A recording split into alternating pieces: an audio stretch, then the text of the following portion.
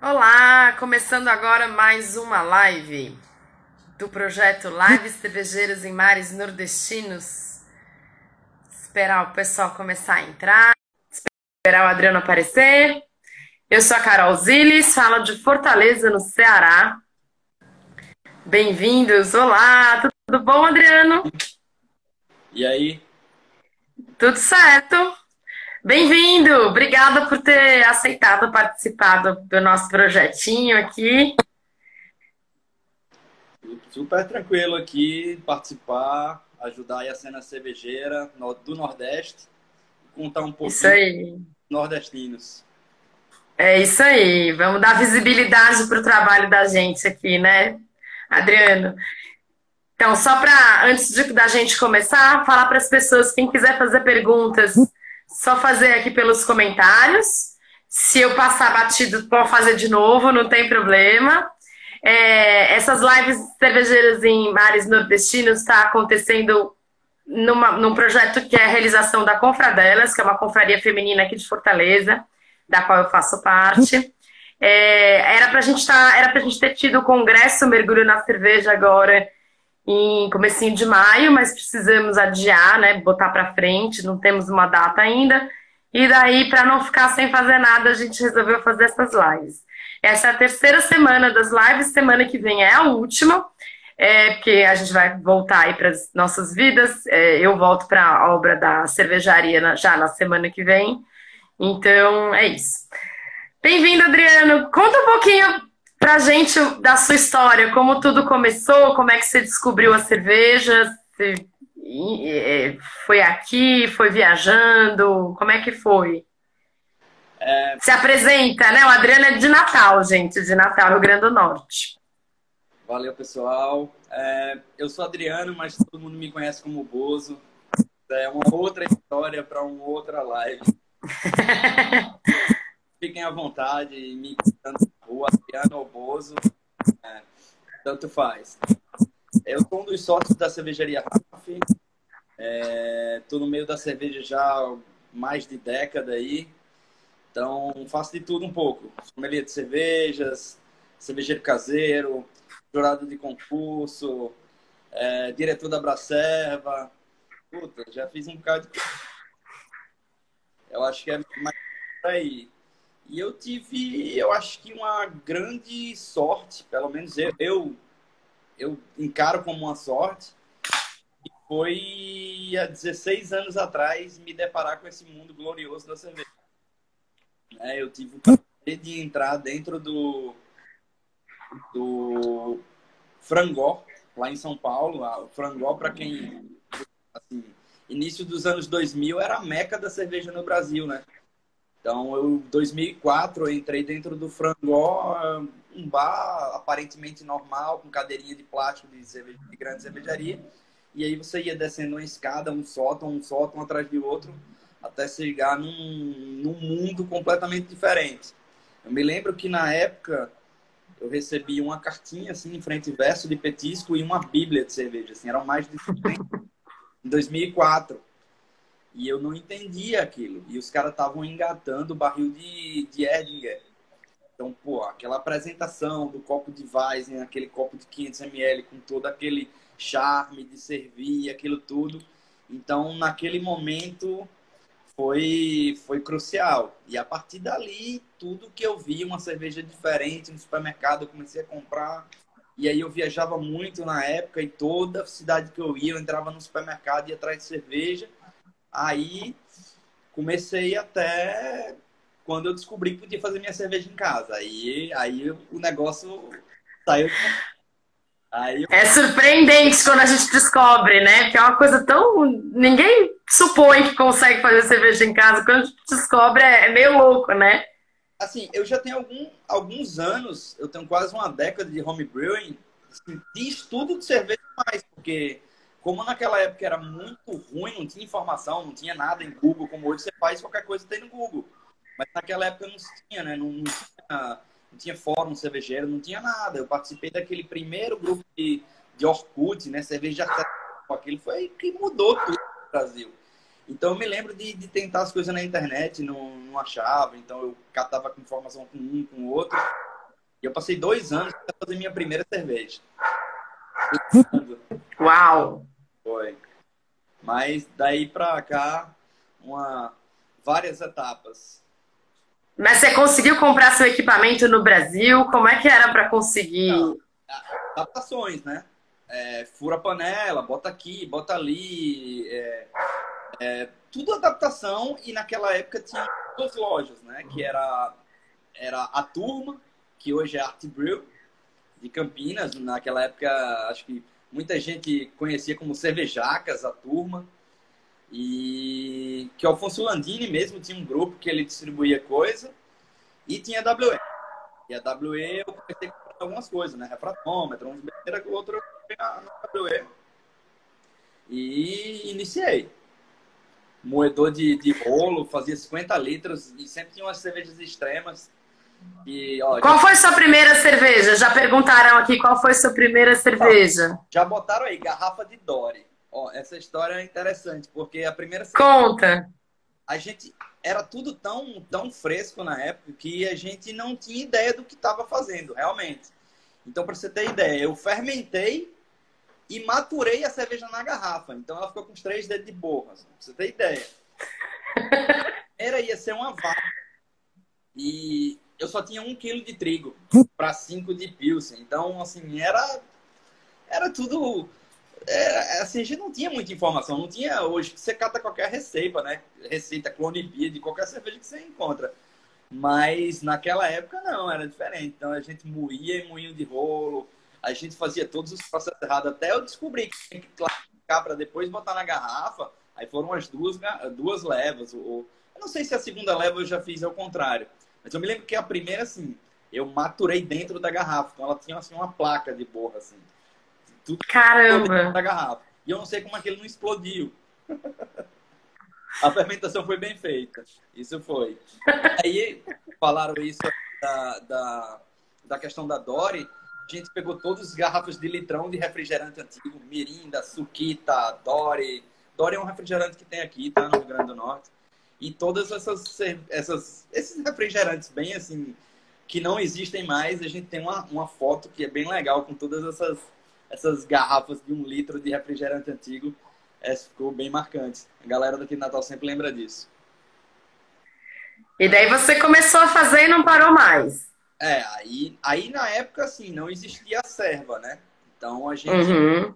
pessoas que começou, ó, eu faço também, tal. Aí o Rodrigo Camargos, que foi um cara fundamental aqui em Natal, ele meio que trouxe o conceito de serva para Natal. Ele é primo do Marco Falcone, da Falk Beer, de Minas. Da Falk. Trouxe o Marco para cá umas 2 ou 3 vezes. Eu acabei fazendo um dos cursos do Marco. Não, acho que o do Marco eu não fiz. Eu fiz direto com o Rodrigo, que iniciação à cultura cervejeira, aquela questão de vários rótulos diferentes. E aí a gente ia conhecendo, ia juntando. Cada vez que tinha curso, tinha mais um ou outro interessado em fazer cerveja. E aí foi o momento de a gente criar a serva, né? Nossa serva... Nós estamos falando de que ano? De que ano? A serva daqui foi criada em 2010. Então, esse ano ela faz 10 anos. É bem antigo.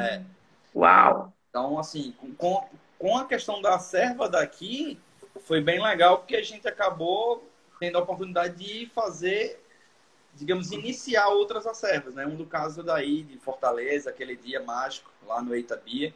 Foi um no Itabir, isso mesmo. bem legal. Eu tava lá. Bozo, como vocês se encontravam antes da criação da serva? Porque a serva vira uma referência, né? Depois que ela é criada, ela vai chamando as pessoas. Mas antes disso, como é que vocês descobriam um ao outro, os que faziam cerveja? Existia um Eita Beer da vida em Natal? Já tinha algum tipo de bar? Vocês bebiam cerveja, conseguiam beber algum tipo de cerveja artesanal em Natal? Não, né? Imagino. O Rodrigo Camargos, ele foi muito fundamental, porque isso em 2006, 2007, ele tinha uma distribuidora de cervejas especiais. Então, em 2008 tinha Brooklyn, tinha uma porrada de cerveja fantástica. Então, ele começou a botar em restaurantes, em conveniências. Até um dia que eu estava na conveniência bebendo com um amigo meu, E o pai dele falou, pô, vocês gostam dessas cervejas? Eu já vi que vocês tomaram umas 5 ou 6. Meu filho é quem traz. Vou pegar o contato de vocês. E aí foi, assim.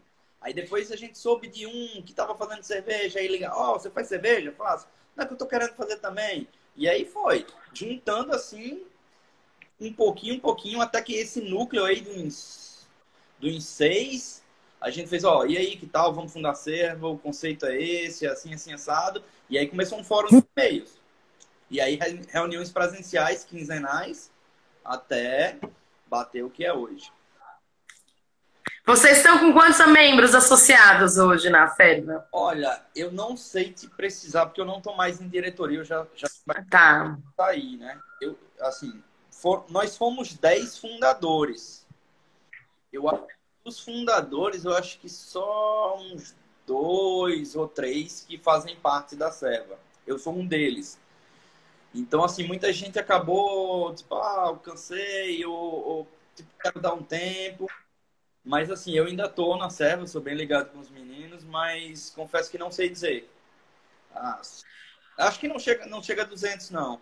Porque, assim, a gente ficou nessa flutuação aí, Uhum. basicamente.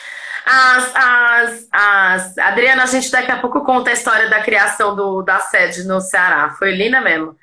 É, o que a serva de vocês aí faz? Porque eu percebo que cada serva tem um grau de atuação diferente, né? A gente aqui no Ceará, por exemplo, a gente tem uma sede, a gente tem equipamentos que a gente fornece para os associados. Tinha muito servão, já não tem mais tanto.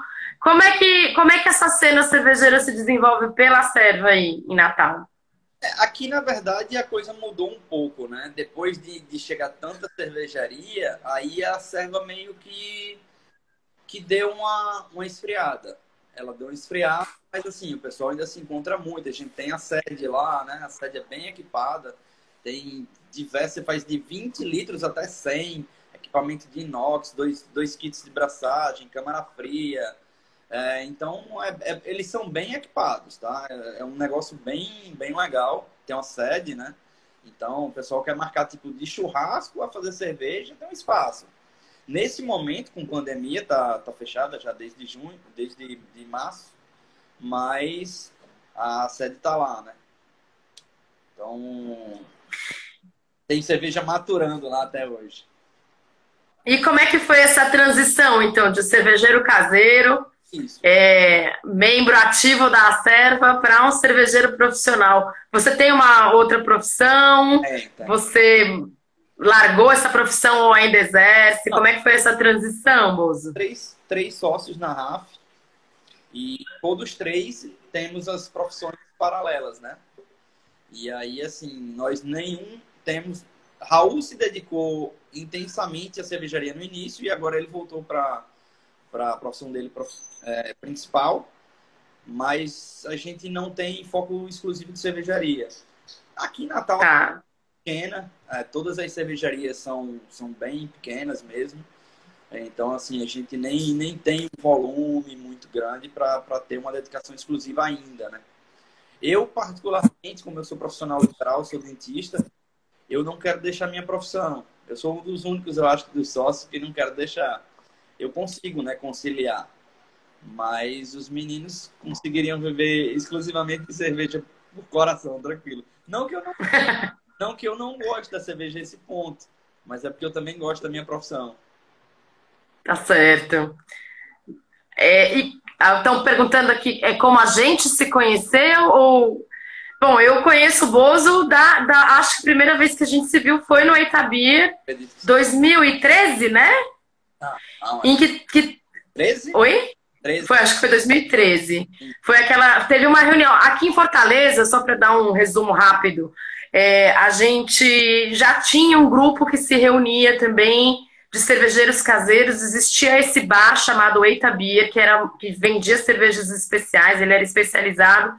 Inclusive terça-feira, conversei com os donos do Eita Beer, ele não existe mais, e eles tinham braços muito abertos para a galera que produzia cerveja. Então a gente fazia os servões, nem existia a serva ainda, mas a gente já fazia encontros para os cervejeiros caseiros levarem as suas cervejas e provarem. e meio que foi natural a criação da Acerva, né? A gente tem o Rodrigo Campos aqui em Fortaleza, que é um cervejeiro caseiro premiadíssimo.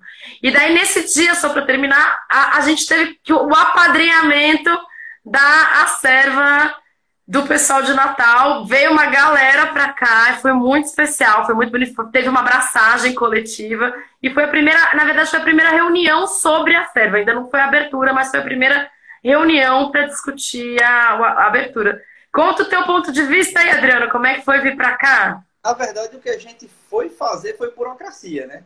Foi formalizar a chapa, estatuto. Basicamente, vocês tinham a ideia e a gente meio que deu só o parâmetro. Ó, o modelo de estatuto é esse, vocês precisam desses cargos, vamos fazer uma votação aqui. E meio que fluiu bem rápido lá. Eu me lembro de a gente levou cerveja com chopeira, daqui de Natal. Eu me lembro que foi uma farra, porque a gente foi num carro cheio de gente, já foi todo mundo bebendo, com um post-mix dentro do carro. E aí foi massa, esse dia foi bem legal. E eu acabei, acho que com outros bares, né? Na época, eu acho que tinha Shamrock, se eu não me engano, Sherlock. Sherlock. Eu acho que a gente... Tinha Sherlock, na época tinha... Não sei se já tinha Tupini Beer, acho que não. Não. Eu sei que... tinha pouquíssima coisa, era pouquíssimo. O Célio tinha uma boate que eu acho que vendia, que era a Misses, né? A Misses. O Amices, que é do Célio. O Célio é um membro bem ativo da Acerva. E o Amices, na época, era dele, já não existe mais. É um bar de samba, uma pizzaria de um lado e colado um bar de samba. Estão falando aí, na verdade, a gente foi beber. A gente foi fazer burocracia que envolve beber também, né? Claro, né? Senão não ia ter graça. Só ficar falando de estatuto. A gente ainda levou alguns anos para formalizar 100%. Eu vou abrir uma da Raf. É uma Amber Ale, cerveja bem leve. Massa. E aí, conta um pouquinho a história da Raf. Você e mais 2 sócios resolveram, então, dar esse pulo da caseira para profissional. E os outros 2 também são cervejeiros. Como é que vocês se organizaram para isso? Na verdade, assim, Fernando, somos 3 sócios. Eu, Fernando e Raul. Tá. Fernando, eu já conhecia da adolescência mesmo. A gente andava junto, desde moleque mesmo. E aí eu fazia cerveja em casa. E aí Fernando ia ver. E dizia, cara, isso é muito trabalhoso. Nunca que eu vou fazer isso da minha vida. Melhor eu ir no armazém comprar, porque isso dá muito trabalho, né? Demora o dia inteiro. E como naquela época era muito rudimentar, a gente ia fazer cerveja e dava 10 horas, 11 horas. Porque era muito empírico naquela época. E aí... Depois, Raul a gente já conheceu na Serva, né? Raul são na área, ele é engenheiro químico. Ele é o RT da fábrica. E aí...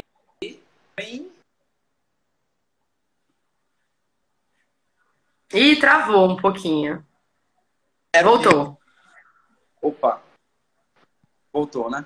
Então, a Raf, na verdade, voltou. Um projeto de Raul. Eu já fazia cerveja. E Fernando já estava entrando com o Raul na Raf. Eles me convidaram. Eu, na época, eu não tinha nenhuma pretensão Eu era bem hobbyista mesmo. Tanto que eu não tinha um nome para minha cerveja. Bosnia. Não tinha nome de cervejaria, nada. E aí, acabei topando. A gente entrou nessa empreitada aí. Desde que eu entrei na Raf, nós estamos agora com 4 anos. Apesar de que aberto a gente vai fazer 3. Mas o projeto da Raf ele é anterior. Eu entrei em abril de 2016. Mas Raul já vinha com esse projeto, acho que já tinha mais de 1 ano. E por que Raf? Por que esse nome Raf? Existem 2 explicações. Tem a explicação que o povo fala que é Raul, Fernando, Raul, Fernando e Adriano. Raul, Adriano e Fernando. E... Tá. Poxa, travou na hora. Certo. Volta, Na volta. Travou verdade, na hora que você ia contar. Voltou agora, voltou. vamos lá. Você contou do nome, Raul, Fernando e Adriano.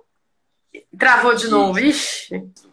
Gente, se não travar, não é live. Então a gente tem que ter um pouquinho de paciência.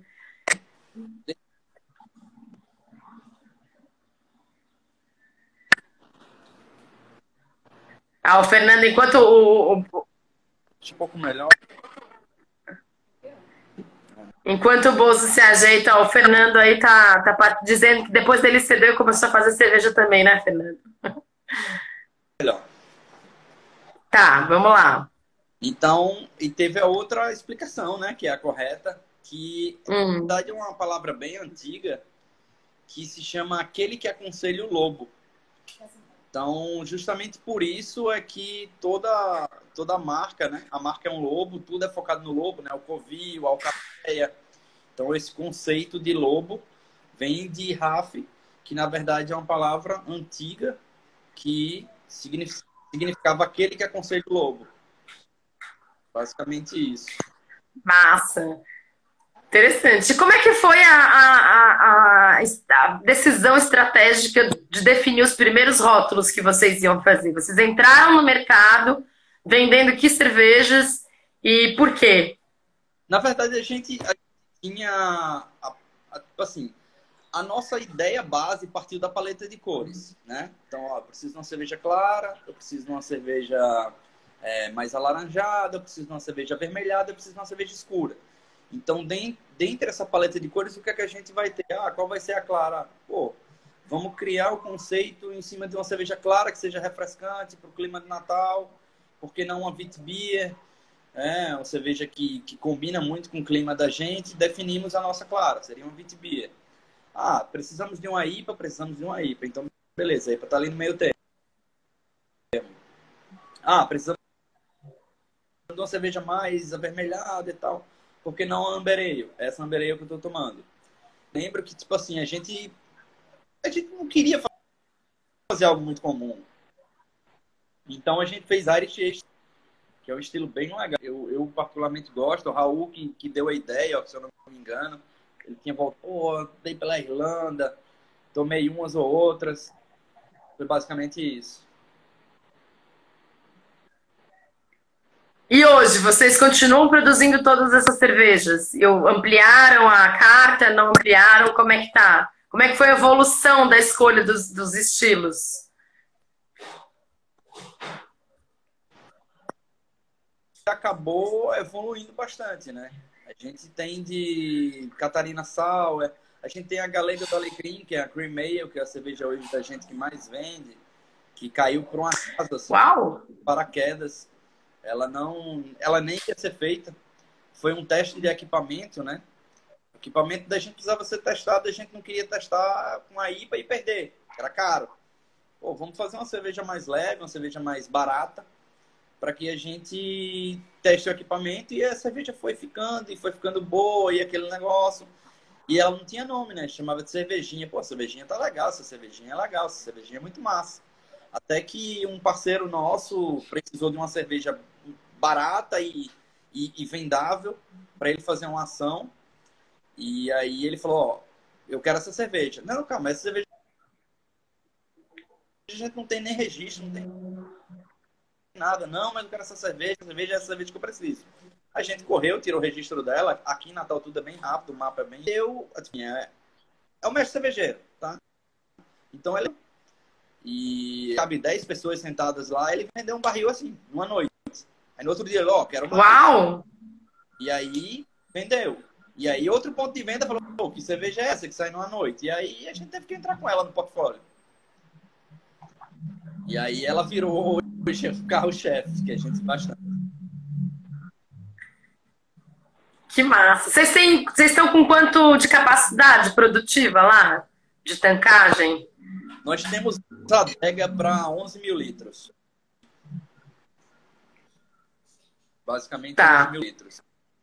E quem que é o público principal de vocês? É PDV? Vocês vendem mais em chopp para PDV ou em garrafa? Vocês chegam no supermercado local aí ou não? Não, como a gente não é pasteurizado, né? A gente tem esse produto fresco, né? E a gente não pasteuriza. Então a gente não trabalha em supermercado para não ficar em gôndola. Isso é uma estratégia da cervejaria. Desde o início a gente também quer ter um problema de logística, porque precisa de elas estarem resfriadas sempre. Mas foi uma coisa que a gente tornando até hoje sem problema. Vocês fazem venda direta para consumidor? Tem TEP, alguma coisa assim? Nosso foco é distribuição, tá? Foco é distribuição, mas a gente acaba que tem o Covil, né, que é o nosso tasting room, e a gente abre sextas e sábados. E aí neste tasting Legal. room a gente faz aí umas outras cervejas para que o pessoal que acabou entrando no portfólio, porque a recepção dela era muito forte. O pessoal dizia, pô, essa cerveja é muito boa, tá muito redonda. Exatamente. Não, essa possibilidade de vender direto para o consumidor e ter o feedback dele é muito bom, né, para a cervejaria. O pessoal tá lembrando aqui também que vocês produzem duas ciganas, é isso? Hop Moon e Trek? Como é que é essa relação com os ciganos? Como funciona? Muita gente me pergunta que está começando a entender de cerveja, que me pergunta o que é cigano, como é que funciona essa relação da cervejaria com o cigano? Um pouquinho de problema de conexão aqui. Você está travando um pouco. Deixa eu sair daqui. Você está no Wi-Fi ou está no 3G, Adriano? Aqui foi, né? Aqui a conexão é melhor. Tá bom aí. Pronto. Assim, na verdade, a gente não tinha essa questão de ter um foco de cigano. Mas a gente queria que as cervejas que saíssem da RAF fossem boas. Basicamente isso. E aí, os dois ciganos que a gente tem eram pessoas que eram muito ligadas a gente e a gente atestava a qualidade deles como cervejeiros. Então, a relação partiu basicamente de ter a filosofia da RAF, né? Eles faziam cervejas realmente boas e era o que a gente queria para a fábrica. Tudo que saísse de lá fosse realmente muito bom. E aí acabou que tanto a Trek quanto a Hope Moon já tinham o conceito também de serem boas cervejas, focarem em qualidade, e foi natural. Tanto que hoje a gente só tem esses dois ciganos. A gente acabou que assim, já teve muita gente querendo fazer cerveja com a gente, mas a gente acabou ficando nisso por enquanto, né? Quem sabe mais pra frente a gente crescer um pouquinho, quem sabe pega mais. E como é que é o mercado em Natal? Eu já contei em outras lives bastante do mercado nosso daqui de Fortaleza. A gente teve a fase aquela fase que a gente estava falando, que tinha muito pouco lugar para beber cerveja, na maior parte das vezes cervejas importadas, muito pouca cerveja vindo do Brasil. Depois a gente teve uma fase de bares que começaram a criar a cultura do chopp e trazer chopps, principalmente do Sul e Sudeste, para cá. Foi a época que eu tive meu bar, o Bru.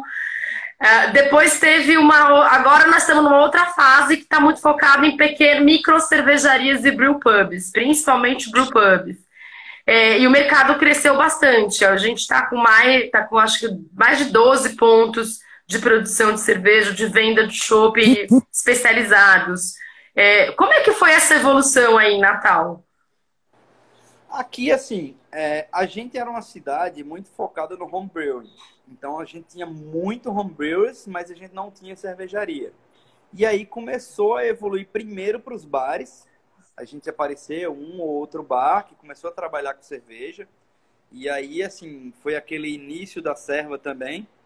O pessoal do Brewstone aí tá mandando um alô. Esse é um exemplo, né? Eu rodei muito Fortaleza, depois eu conto aqui a quantidade de canto que eu fui aí.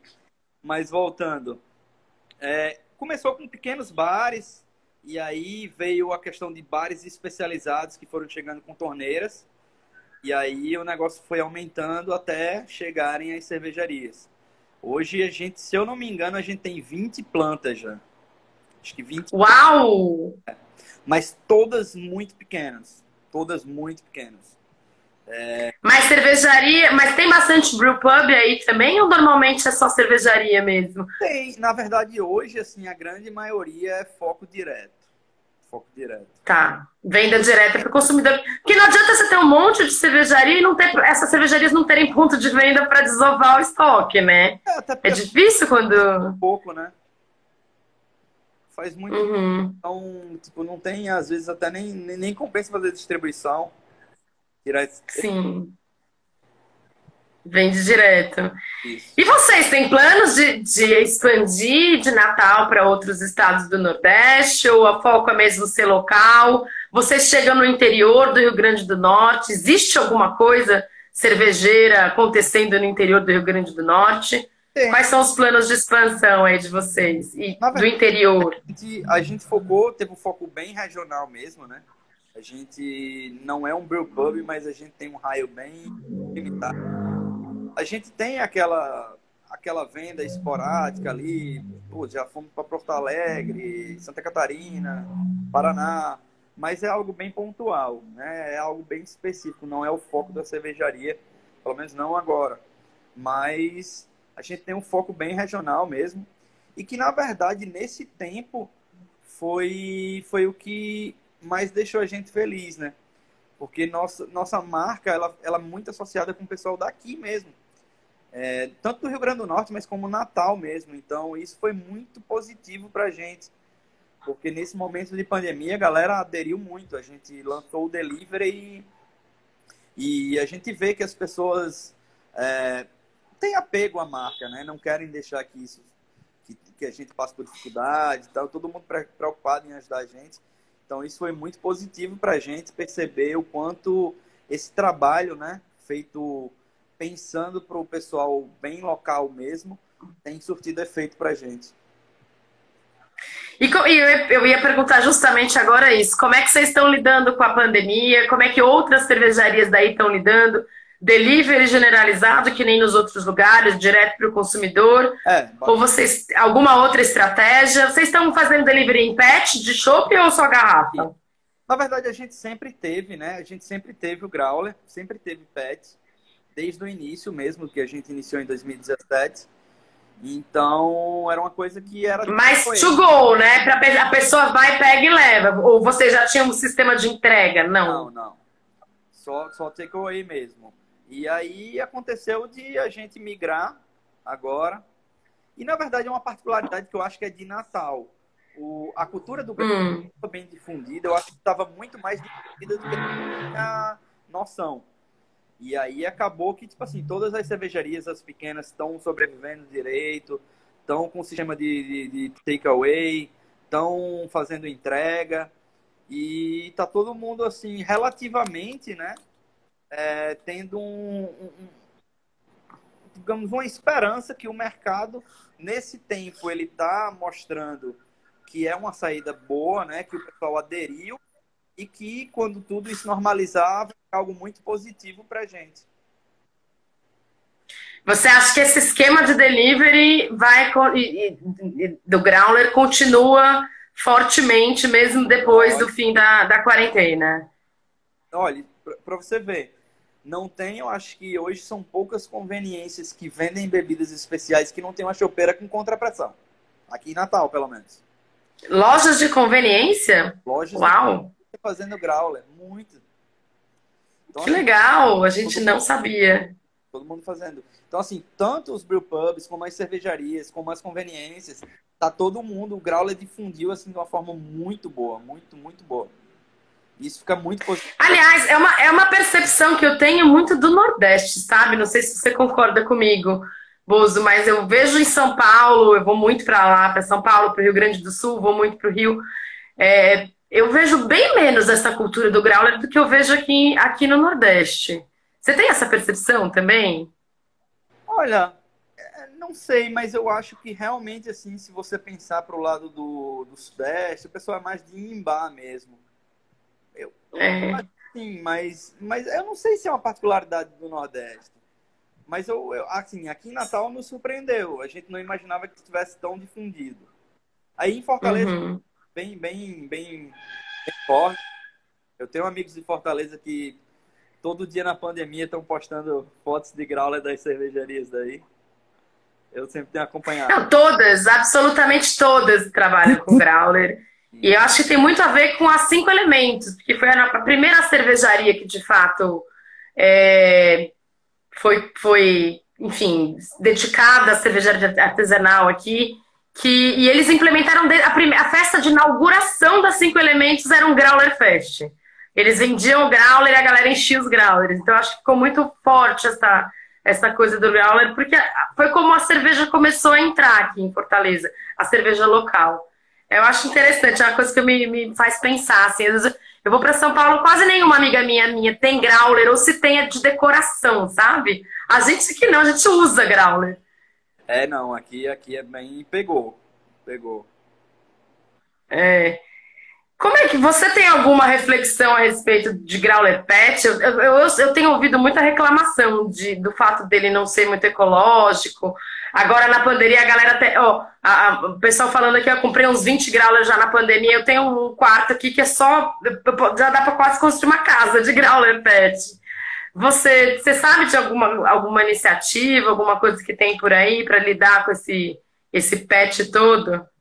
É, assim, na verdade, o que a galera tem feito é, tipo, tem muita gente reaproveitando o growler, né? Quando as pessoas chegam com os pets para reaproveitar na cervejaria, a gente acaba que nem fala muito, porque, na verdade, pela questão biológica mesmo, né? Uhum. É, legal. Porque o pessoal tem Bom, Adriana, aproveitado, fala. eu acho que é o único a se fazer no momento, né? Ou dar outros Não, básicos. não tem outra solução. É uma coisa que eu já parei muito para pensar se teria alguma solução mais eco-friendly para os growler pet, mas ainda não encontrei. Se alguém souber, me avisa. Porque não tem como. Mesmo se você falar, tá, faz a logística reversa de growler de vidro, tá, mas às vezes você tem 2 growlers, mas você quer tomar 4 litros e é de outra cervejaria. Enfim, é muito confuso, é muito complexo, E outra coisa, né? né? É, Do contrapressão hum, hoje, tanto a questão do valor, porque o PET é muito mais viável, quanto a questão do contrapressão, né? De você ter um invase muito mais que dure mais e que conserve melhor para o consumidor também. Então sim. tem feito uma diferença. Não, o Fernando aqui. O meu marido, o Fefe Chaves é meu marido, viu, gente? Ele tá assistindo lá da sala, É, conhece bem o Bozo. Por falar nisso, mudando de um assunto que a gente ainda não entrou, que eu sei que você e o Fernando, meu marido, se encontram muito nesses eventos, é a tua experiência como juiz de concursos cervejeiros. Conta um pouco pra gente. Muita gente tem curiosidade sobre como é que funciona um concurso cervejeiro, o que precisa fazer para ser juiz. na verdade, assim, não que fosse uma chatice minha, mas eu gostava de catalogar cerveja, né? Eu queria saber as diferenças, qual era a escola. Eu sempre usei a cerveja de uma forma que eu aprendesse com cada cerveja. Isso naturalmente me levou a começar a jogar concurso, né? Eu sempre tive envolvido com as acervas, então naturalmente, ou eu participava primeiro em bastidor, em organização, ou como ajudante de mesa, até você chegar ao ponto de pegar um concurso melhorzinho, pegar um concurso menor e depois ir crescendo, até depois da gente entrar em concursos comerciais de cervejarias. Mas eu acho assim que existem duas coisas, né? Se você gosta de estudar e com relação à cerveja também não tem como, é a chamada hora copo, né? Quanto mais você estuda e aprende aquilo, você evolui. Então, com cerveja é mais prazeroso, né, estudar. Sim. E você acabou de. Você tem a certificação do BJCP, né? Eu tenho a certificação, preciso refazer prova. E eu ia até refazer agora em junho, no Nacional das Acervas, mas enfim, esse ano tá perdido para todo mundo, né? Pois é, um outro assunto que a gente sempre trabalha aqui é a questão da nordestinidade, né? A gente tem essa coisa de tem gente que acha que sim, que a gente fazer cerveja no Nordeste acaba trazendo, emprestando características do Nordeste para o produto, para a cerveja, para os processos. Tem gente que diz que não, que cerveja é um negócio universal. Como é que você vê isso? Você acha que tem alguma coisa de nordestino nas suas produções? Olha, eu creio muito nisso, né? Eu estava até conversando com um dono de bar, que infelizmente fechou na pandemia. Eu estava conversando com ele há poucos minutos antes da live, né? Falando, pô, cara, não fecha porque você é uma referência aqui. E você é muito diferente de ser um bar. Você é cultura. E cultura é muito importante. E é o que a gente pretende muito com a RAF. Não é só cerveja, é cultura também, tá? Então a gente lida muito isso, né? De enaltecer nossa cultura e de tornar a cerveja um veículo de cultura. Então, nesse fato de cultura, eu acho muito importante. Um outro fato também é que eu gosto de iniciativas, digamos, com propósito. Então, assim, a Catarina Sal é uma iniciativa nacional. Eu, particularmente, sou um dos defensores. Tem muita gente que acha, enfim, isso aí fica para uma outra discussão. Mas eu acho que é um Para você, ela é o estilo. não é só questão de estilo, é um movimento organizado, né? Então, hoje, Uhum. consegue ter, como tem o Catarina Saus no mundo inteiro já. Então, assim, eu acho que o Nordeste, ela precisa de algo organizado. Ah, criar um novo estilo nordestino? Não, não precisa ser isso. Mas quanto que a gente tem, nós e a região norte, quanto que a gente tem de coisa fresca plantada nessas regiões que ninguém usa? São só experiências. Ah, eu fiz uma cerveja com isso, isso e isso. Isso nunca ganhou escala. É muito difícil você ter uma cerveja nordestina com escala ainda. Então, a gente precisa que uma cerveja nordestina tenha escala e tenha coisas regionalizadas. Como uma vez eu fui para o Paraná e até descobri o que era butiá, eu fiquei meia hora conversando com o pessoal. Mas butiá é o quê? Não sei se vocês conhecem, é um coquinho de lá do sul, do sudeste. E, tipo assim, é uma forma de a gente difundir até o que a gente tem aqui, né? Seja em fruta, seja em cultura, seja em que quer que seja. A gente tem um clima muito peculiar também, né? Que é Também, diferente do sul e do sudeste. é, Isso para brincar com fermentação dá pra brincar, né? com certeza, com certeza. Ó, o Fernando estava falando do projeto N5, né?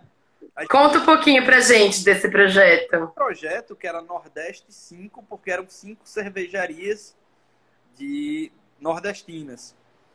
Éramos Ceará, Rio Grande do Norte, Pernambuco, Alagoas e Bahia, né? E aí, nesse projeto, muita gente fez collab. Ah, eu fiz com a Caatinga de Alagoas, Mindu com Ecaute e várias outras, né? E a gente ficava brincando de collabs. E a gente fez uma collab com 5 cervejarias nordestinas que chamava Fora do Eixo. Então, era uma cerveja fora do eixo, porque o eixo tradicional, mas também porque era uma cerveja diferente. E ela ficou bem legal. Ela foi acho que foi uma das primeiras brutipas do Brasil. E ela, na verdade, ela era uma NE brutipa. Meio ambíguo, né? Que NE é tudo. Uau, pois é! Que Ela era uma doideira! NE, Como vocês criaram isso? Juntaram os cinco cabeças das cervejarias e ficaram inventando moda? Como é que é? a gente tinha um grupo e aí a gente falou, ó, cara, vamos fazer uma cerveja com os 5. O que é que vamos fazer? Ah, vamos fazer uma milkshake IPA com algo regional, aquele negócio até que chegou. Pô, ninguém fez protipa no Brasil ainda, vamos lá. Ah, mas também se for fazer, vamos meter logo uma lupulagem insana. Eu sei que nessa brincadeira dessa cerveja, se eu não me engano, acho que de lucro foram 40 mil reais, se eu não me engano. Eu sei que o bet foi de Quanto foi o bet? Isso que eu ia falar. Quantos litros foram 4 feitos? litros. 4.000 litros. Foi produzida onde? Foi na Ecaute, em Recife. E aí ela teve distribuição nacional e foi bem legal, assim, foi uma coisa de a gente criar, né, a 5 estados diferentes, com cada um com sua particularidade.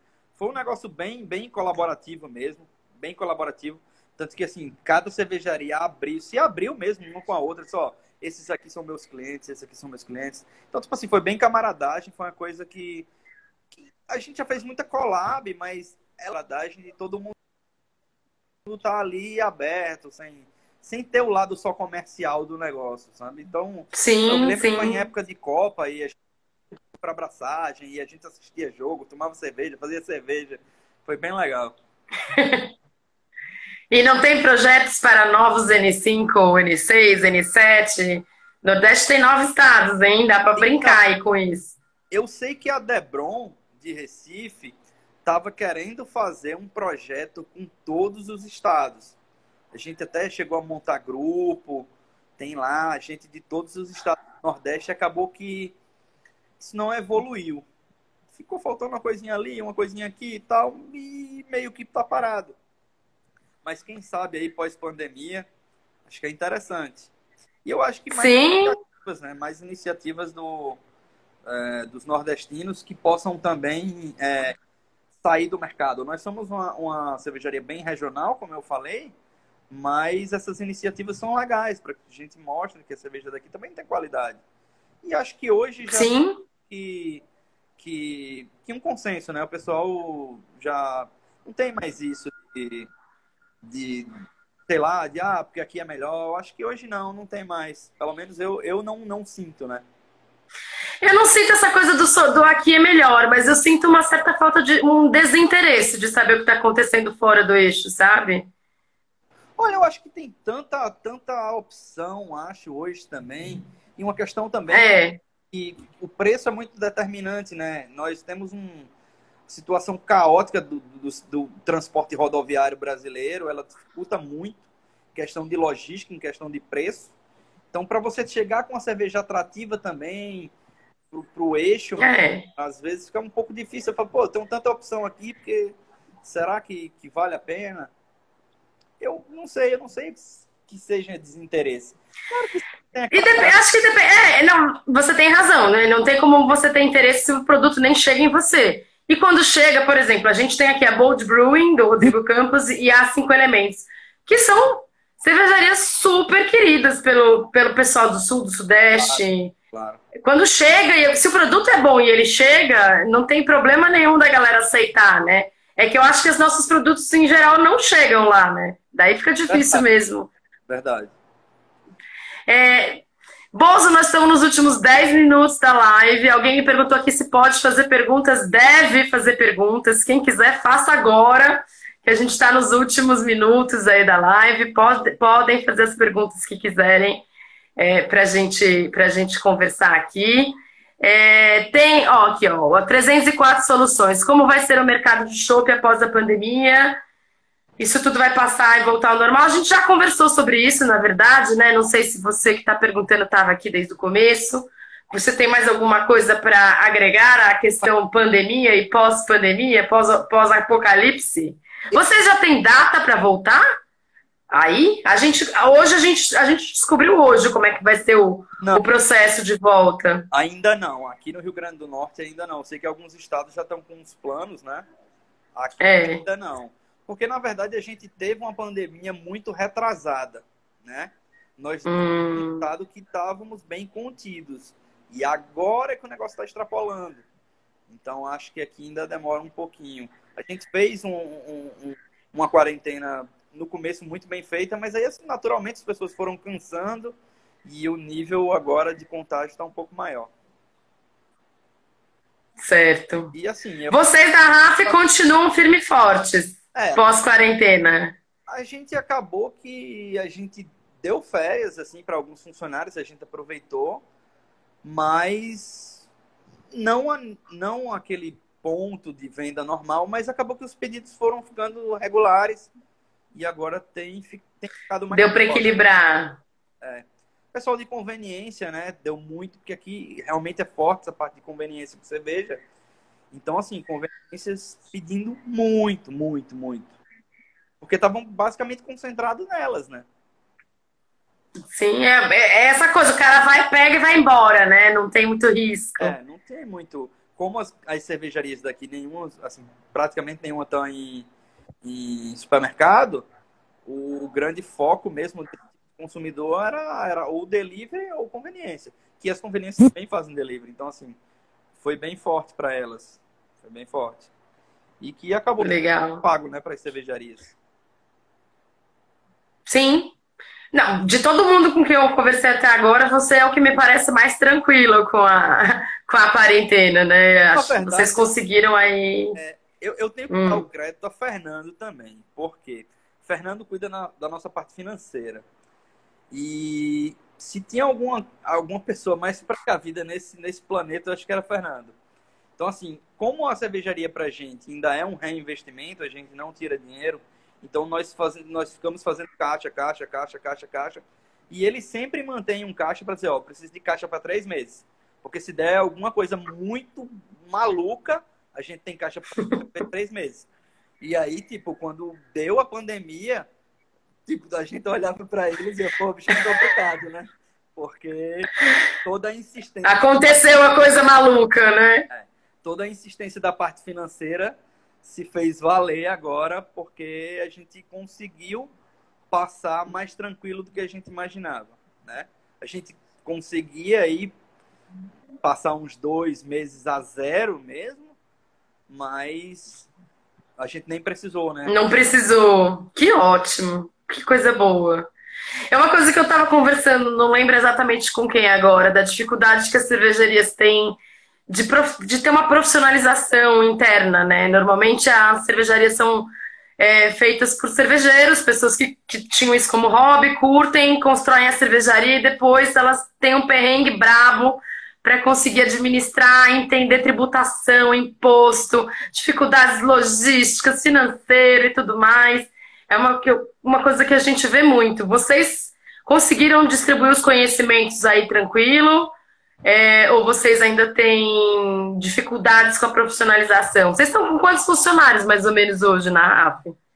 Acho que de carteira, seis ou sete, seis, acho. Nós temos mais pessoas envolvidas, né? Nós temos Sim. freelancers do Tasting Room, temos um ou outro aí que tá para entrar, que já estava em processo para entrar na cervejaria e que agora está em stand-by. Nós temos 3 sócios, então basicamente somos esse. E assim, com relação aos sócios, os gestores, a gente é muito bem definido, né? A gente é muito bem definido. Então, tipo assim, os três, cada um sabe muito bem, pô, essa é minha área, essa aqui é a área de fulano, essa é a área de cicrano. Então, basicamente, a gente não costuma se chocar. Claro que tem aqueles pontos que a gente sempre faz reuniões, ó, e aqui, para isso aqui, o que, é que você acha, tal, tal. Entra em conjunto, mas basicamente é muito bem definido. Legal. Adriano, nós estamos nos últimos 5 minutos. Se alguém tiver pergunta, que faça agora, porque 5 minutos passa voando. É, Você tem mais alguma. Tem algum assunto que você gostaria de conversar, de abordar, que a gente não falou? Eu tenho uma última pergunta, que é uma pergunta que eu faço sempre, até por ser da Confradelas, que é sobre a cena cervejeira feminina e como é que é a participação das mulheres em Natal, se existe um movimento focado no acolhimento das mulheres nesse meio, que às vezes pode ser bem machista, né? É. Então, você contar um pouquinho como é que é essa questão feminina e se você tiver outras coisas para falar, já emenda antes que o tempo acabe. Essa pergunta é bem pertinente, porque assim, nós temos. A produção é composta. Raul é o chefe de produção, tá? Mas ele não tá, como eu falei, mais diretamente. E hoje quem toca a produção da RAF são 2 meninas. Então, todas. Que legal! Nós temos 3 funcionárias, dos 6, 3 são meninas. Então, elas tocam a produção e uma é do administrativo. Então, a produção hoje é comandada por mulheres na RAF. Então. Que fantástico! Daniela. Uma delas está pedindo aqui para falar do vídeo do Dia da Mulher. A gente sempre faz iniciativa com elas, sabe? Elas são bem participativas e a gente só tem a agradecer a elas. As meninas são bem, bem engajadas. A Angélica também é uma das nossas ciganas também. Hoje ela está com a Trek. Então ela não só é cervejeira da RAF, como ela tem a Trek Beer. Então, bem engajada. Daniela é formada em Blumenau, no curso de mestre cervejeira. Fez aquele curso maior lá. O pessoal é bem engajado. E tem as meninas aqui, as meninas do caseiro, que sempre estão fazendo uma outra. Elas deram, acho que um pouco. Uma foi mãe, uma não sei o quê. Eu acho que Thalita foi para Recife. Deu um pouco de... Deu uma diminuída. Mas as meninas eram bem atuantes aqui também. Que legal. Porque acho que nesses mercados que tem mulheres atuantes, é impressionante como muda a cena, né? A cena muda bastante. Assim, a gente vê pela transformação que foi em Fortaleza. Antes da Confradelas e depois da Confradelas e como está agora, que hoje a gente tem mulheres em todos os setores da cerveja também. É bem bacana de ver isso. Bem importante, na verdade, necessário, né? Aqui não teve um movimento tão organizado, assim, digamos, um negócio muito forte, mas a gente tem a participação das meninas sempre participando, tanto o caseiro as meninas fazem mais, né? De cervejaria, eu acho que tem a gente, que tem mulher, o pessoal da 1920, a mestre cervejeira, acho que é Daniela também, deixa eu me lembrar de outra aqui, posso estar esquecendo alguém, me desculpe. Mas tem uma outra cervejaria que tem mulher envolvida, sempre tem. Não. É bem comum. Legal. Que bom, ficamos felizes. Não era a realidade de alguns anos atrás, né? Seria mais difícil que isso acontecesse há um tempo atrás. Principalmente produção, né? Exatamente. Porque mulher não consegue carregar malte, mulher não aguenta carregar barril aqui, né? Imagina. Bom, Adriano, estamos terminando mesmo. Agora falta 1 minuto e meio para a gente terminar. Então, eu queria agradecer o pessoal que veio assistir a live. Mais uma das lives do projeto. Amanhã vai ser a última live da semana. Semana que vem vai ser a última. Então, aproveitem enquanto ainda tem. Depois a gente não sabe o que vai fazer. Está cada um voltando para a sua vida normal logo mais aqui em Fortaleza. A gente já está com o projeto do governo. E, pois cada vez mais gente cliente, mulheres como clientes, né? Acho que isso é natural, Fernando. E é isso, então eu queria agradecer a todo mundo. Até amanhã, para quem voltar aqui amanhã às 5 da tarde. Queria agradecer ao Adriano. E Adriano, a palavra é sua para você fechar essa live com chave de ouro. Opa, com chave de ouro. Eu queria agradecer o convite, tanto a você como a Fernando, que são pessoas que eu prezo muito. E espero a próxima vez que eu for a Fortaleza, a cervejaria já está de pé, que eu quero conhecer. Tomara, não aguento mais obra. Nos vemos então. Beleza, tá certo. Obrigadão, querido. Tá. Valeu, gente. Vou encerrar aqui, que já tá na contagem regressiva para acabar. Beijo para todo mundo.